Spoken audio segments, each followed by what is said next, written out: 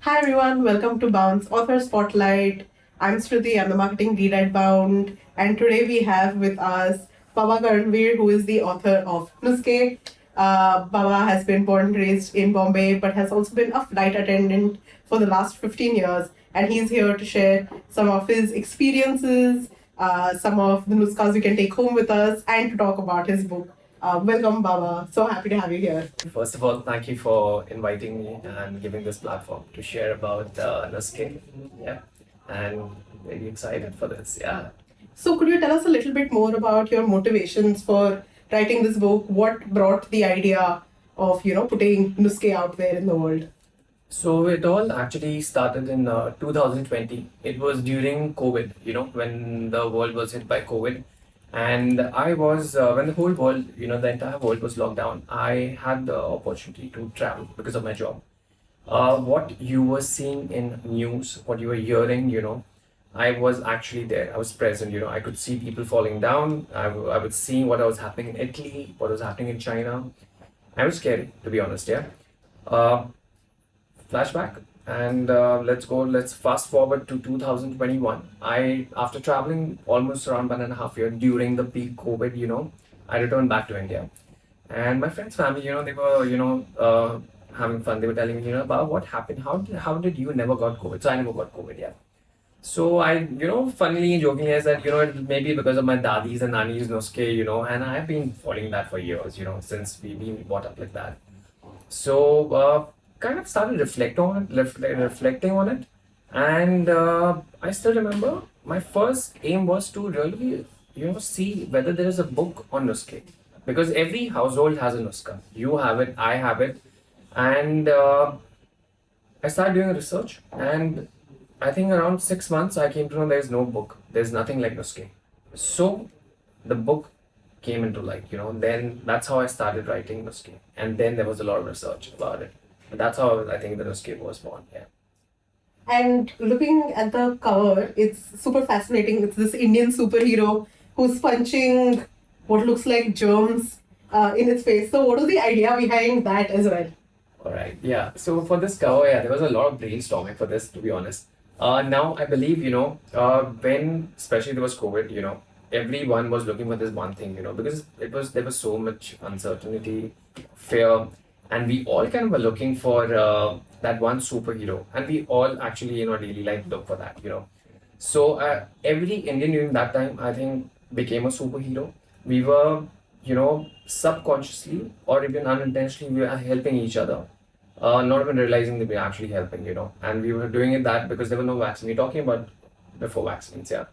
So we were using Nuskas, and we were, helping each other. And if you see the cover, that's the Indian flag, so that's how it is. This is your Corona. And yeah, so there was this one person who's helping, fighting, and trying to save the world, and I guess, yeah, that was the reason. Yeah. So, when we talk about fighting illnesses or ailments, we always have this one person in our house who's always like, oh, you should do this or you should do that. Yeah. For me, it was always my mother, and she was trying to put kadha down my throat, even though I hated it. So, who was this one person who always was, giving you these small Nusqe in your household? It would be my BG, my nanny's mother, so my great great grandmother. Still remember, and she lived till 100. Like my mother's family has a line, people who live more than 100, all centenarians, yeah. And BG was the one who was like the in-house doctor of our family. So it was, we still remember, like, she used to give us this one thing which was called salt ki goli. And during childhood, like, we never really cared about it, we would just take it. It was nice, made with jaggery and everything. But now, especially during these last few years when we've been taking it, but I think that's like a miracle goli, like a miracle ball, you should have it. So it was BG, and she had everything, if something happened in the house, like my mother still reminds me, she tells me that there was could be, any small thing happened, she would have this one, little nuska she would apply, she would give you, and she would not let you go to the doctor. That's how she was raised, to be honest. That's how her upbringing was. So I think it's my BG. Yeah.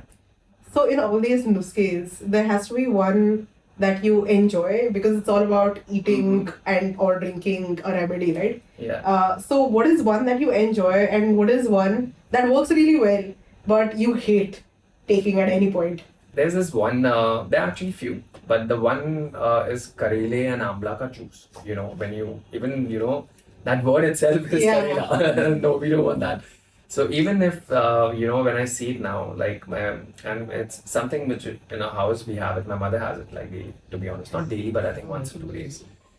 You mix Karela, Amla, and you also have a little bit of rock sugar, I think, yeah, to, you know, get the taste of it.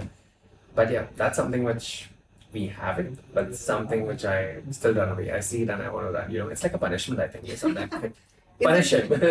Karele. Is it like an immunity thing or is it for something specific? It is. So you mix Karela and Amla, it really kind of like boosts your immunity to another level, you know. But yeah, the taste, no, that's something which you don't want. And what is one that you know, enjoy having? Uh, One I enjoy having would be for sure, if you ask me, is kokum ka sharbat. Yeah, I mean, we got sharbat, but kokum ka juice is something I like the taste of it, and it's really good for your immunity. You know, it's a very simple thing, you know, but it's superb. I honestly did not know that kokum sarbat was how. Can you tell us a little bit more about So how it's good for you? yeah, Great excuse to so have some more of it. yeah, exactly. So once it's very refreshing, it's a very summer drink, you know, and you avoid putting sugar to it. Just take kokum, you know. If you could just boil it a little bit, yeah, and then have, instead of sugar, try to put a sweetener, which is what could be like a jaggery powder, to it, and then have it. Yeah, basic, good, and try to have it in the morning, empty stomach. It kind of like really boosts. Oh, Yeah. that's really cool. So if anyone needs one more excuse to drink kokum sarbat during the summer, now Baba has you covered. Yeah. And this actually, this Cool. actually, you know, there was the story. If you read Nusqe, it goes back to Goa. You know, friend's mother. She introduced us. You know, Mrs. Braganza. It was her birthday, and she told me that it actually comes. There is a community of Anglo Indians. You know, and if you go far beyond, it goes to like 15th century. You know, so that's how old that is. You know, and in Goa, it's actually very famous as well. You know. But yeah, that's the whole story. That's how I was introduced to this. Yeah. That's very cool, actually. And during your research for the book, I'm sure you must have come across something like, oh, every Indian household has one version of this. But was there anything that you found that you were like, I can't believe this actually works? What even is this? I believe, as I said in the start, you know, every household has one Nusqa, you know, every family has one. And if you see universally, I think it would be haldi ka doodh. You know, we all, most of the time, everyone has it, you know, at some point in your life, you must have had haldi ka doodh. Uh, when you talk about haldi ka doodh, it's actually become very, very global, to be honest. If you go to Amsterdam, Singapore, you have these turmeric lattes. Some people call it the golden milk. Some Yeah. people call it like the miracle Indian milk, you know. And that actually works as well, you know.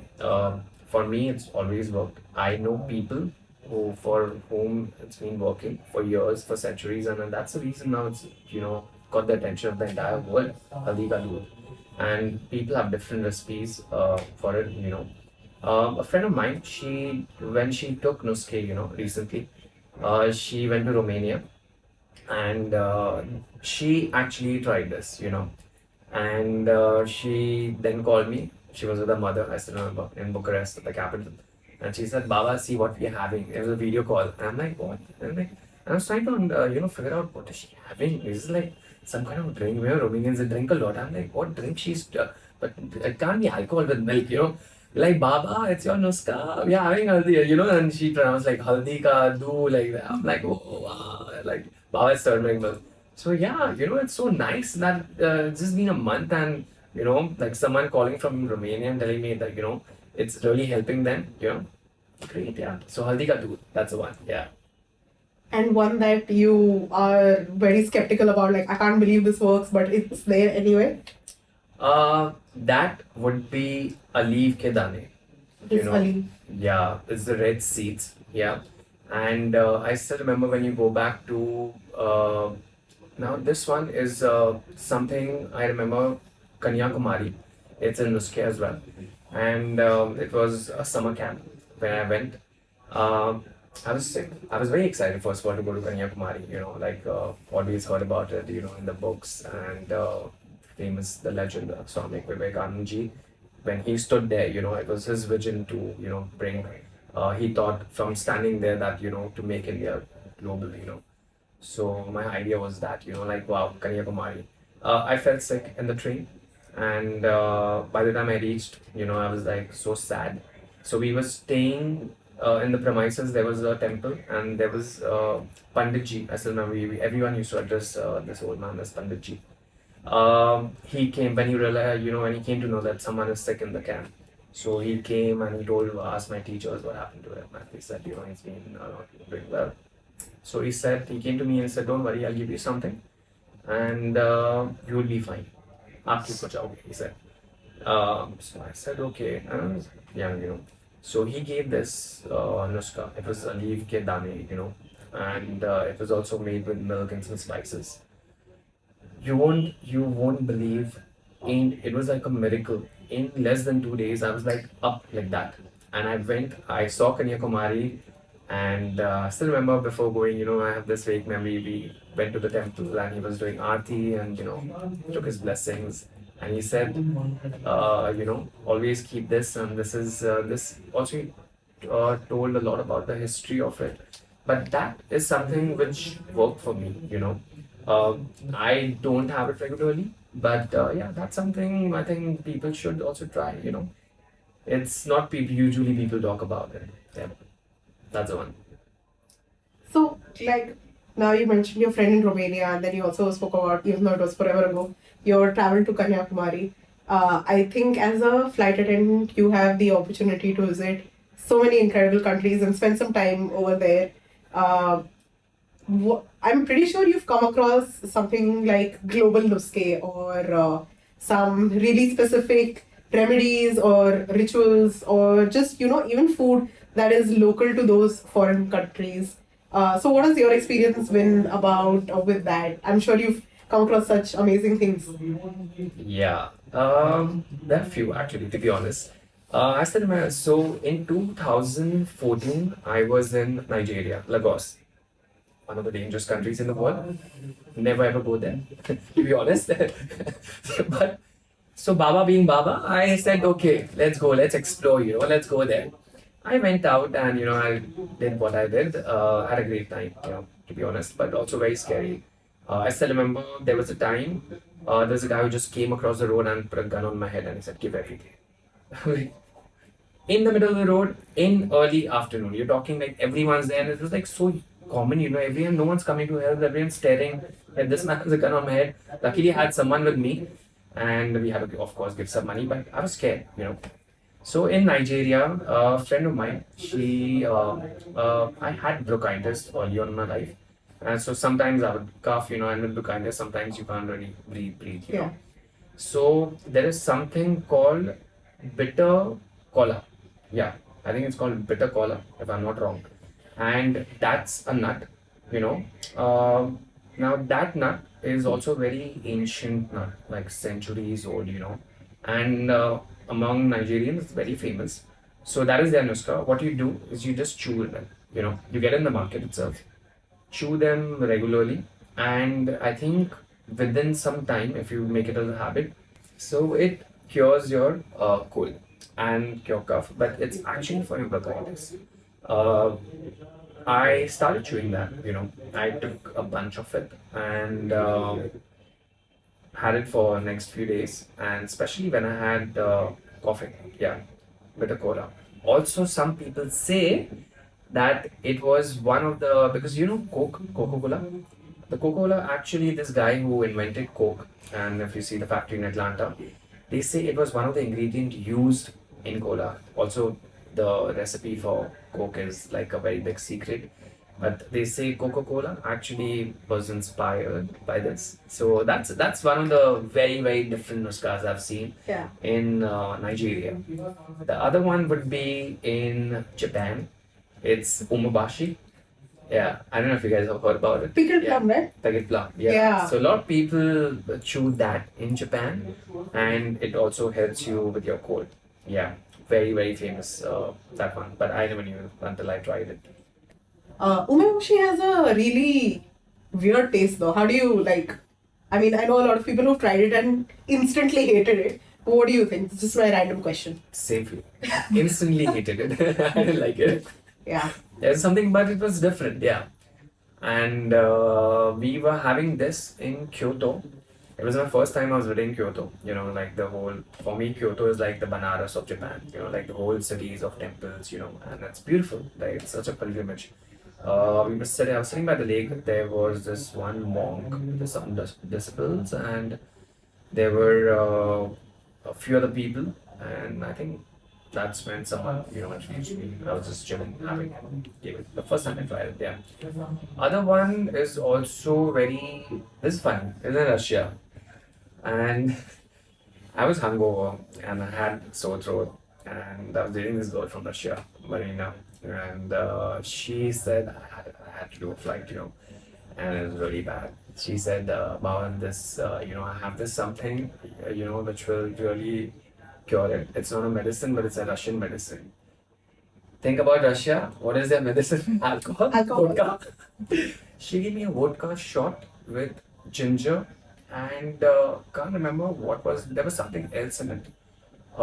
Something from ginger family as well. So there are two things which are, and she said just have it. And I had it, yeah, and there was no sore throat. Like, wow. That was weird, but yeah, that was Russian stuff for you. Yeah. Great hangover cure.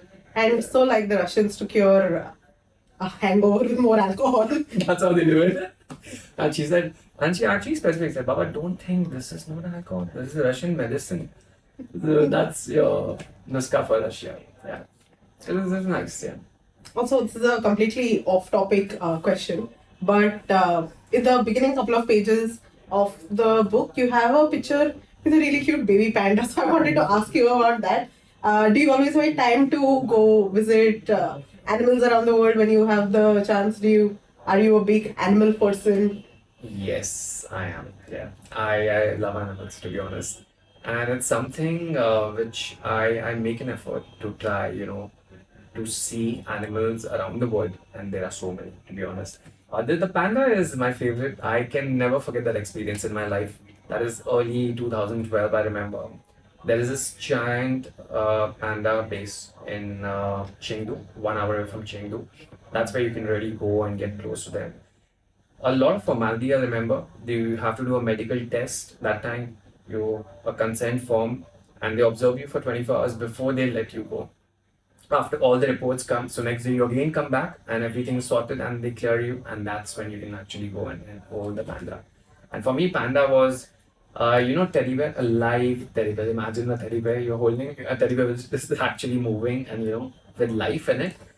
It was a very, very surreal experience. I can never forget that. And yeah, so I take times to, you know, time to go out to see animals around the world.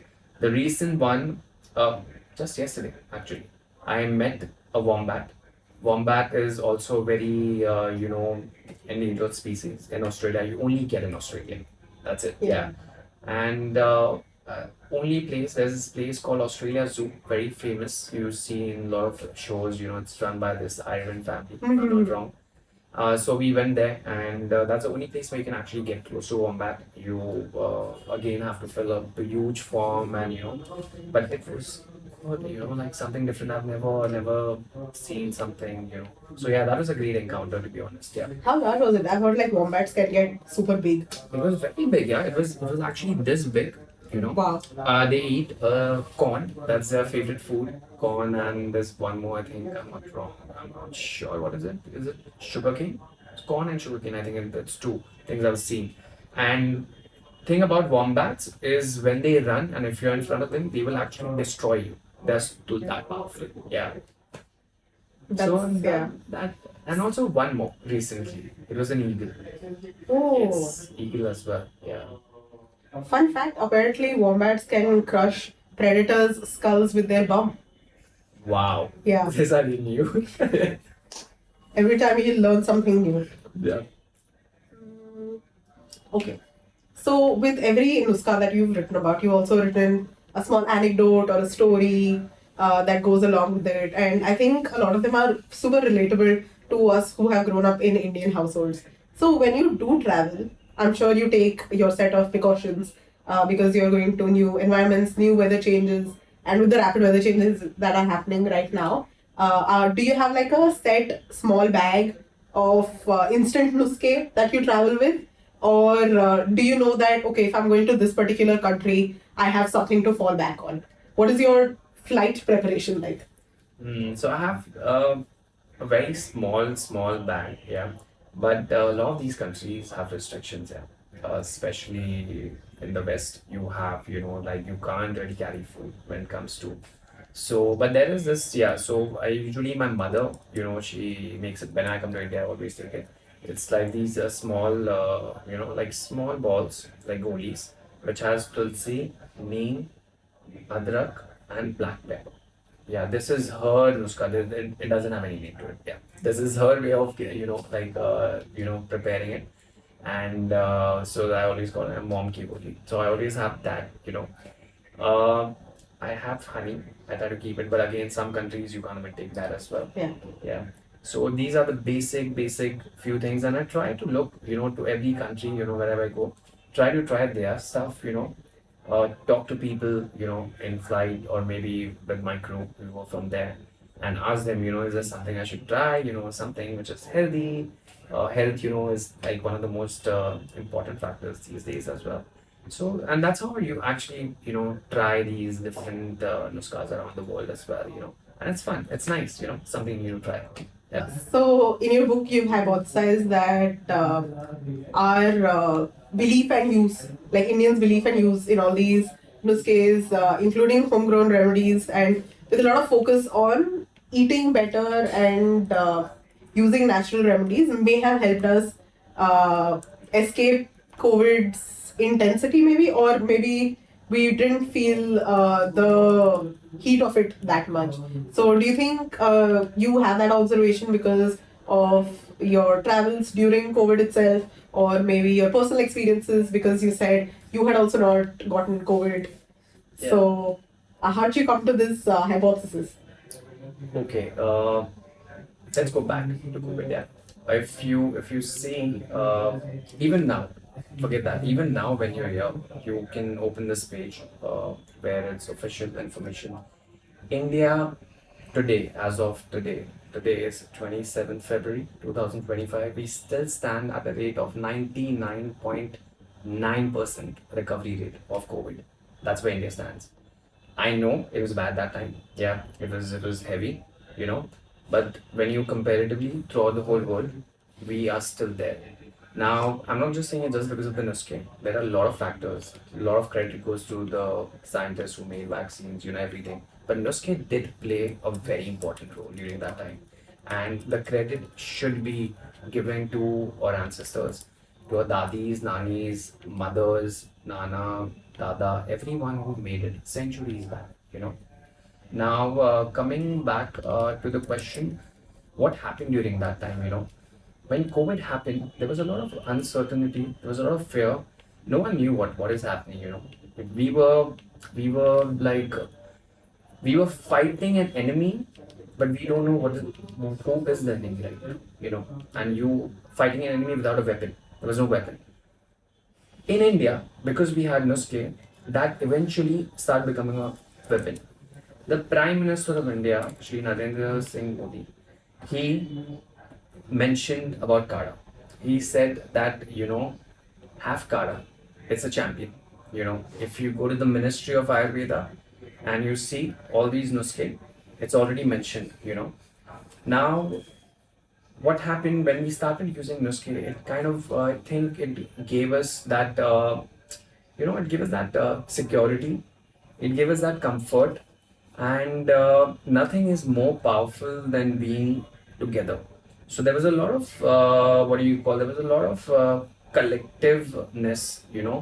And imagine the whole society, imagine a whole culture, when they come together, you know, and when they believe in one thing, it it is more than enough for your mental health.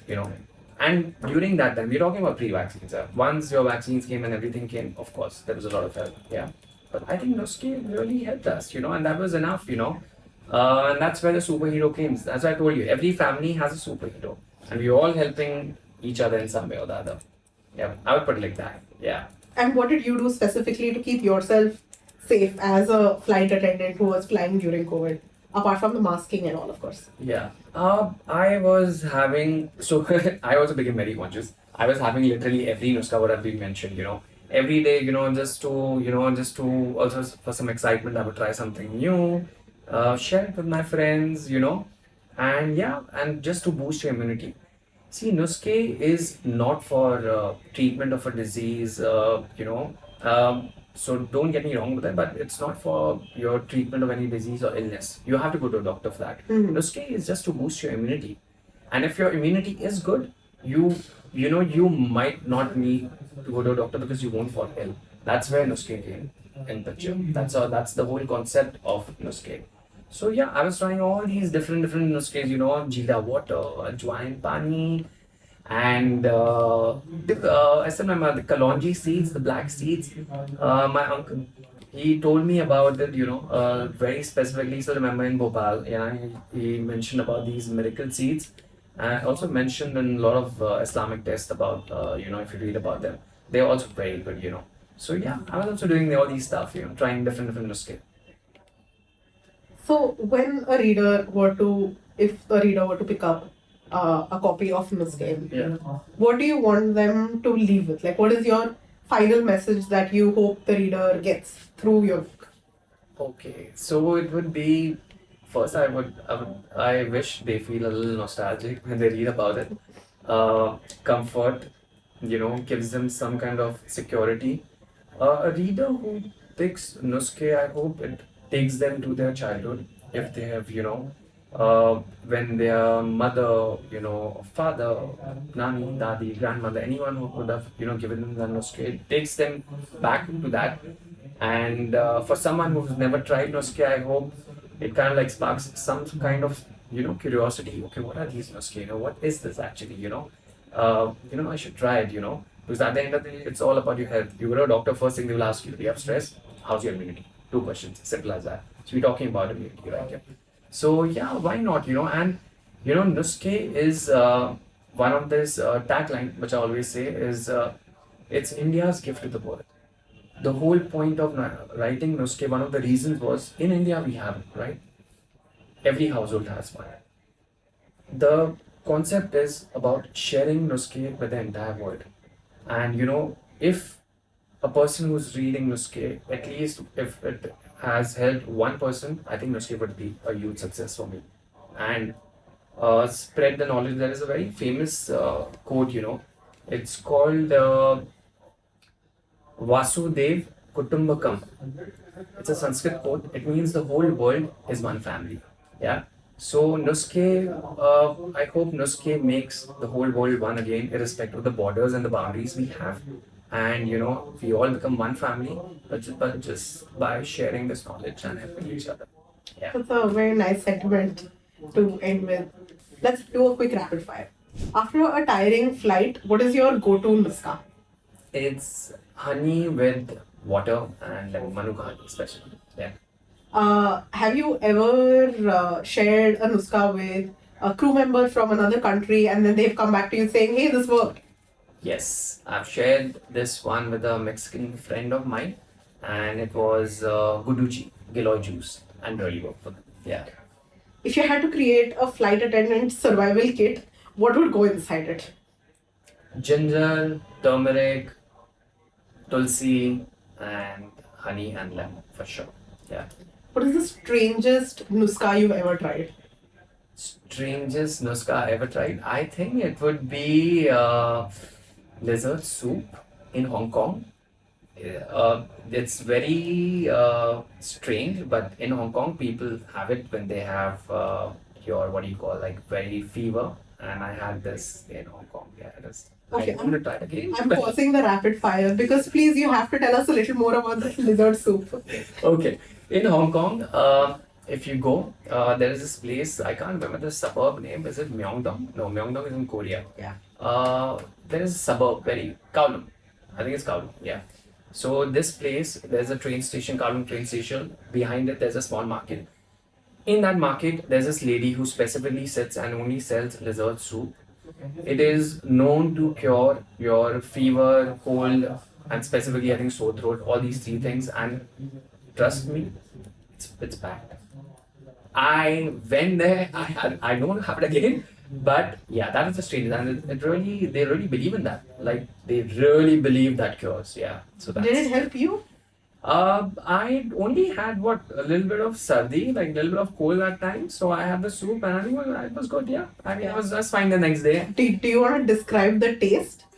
The- yeah, it had a little bit of ginseng in it, so you Oh. got a lot of ginseng taste. Okay. Yeah, to it, and there was I put a little bit of chilies inside, like a chili paste, just to avoid. But you can't see it. The problem is that if you see, you will never have it. It's that bad. But yeah, Okay. that's the strangest part. Lizard soup. Okay. If you could bottle one smell that reminds you of home remedies, what would it be? Adrak, ginger, 100%. Yeah. So what's next for Baba?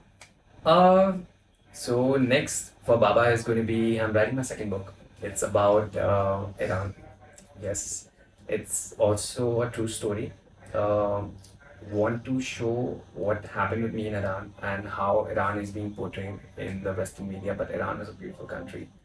And yeah, that's something which I really want to do, and I'm working on it, and that's one of the books. And then also the ghost stories, true ghost stories of a flight attendant.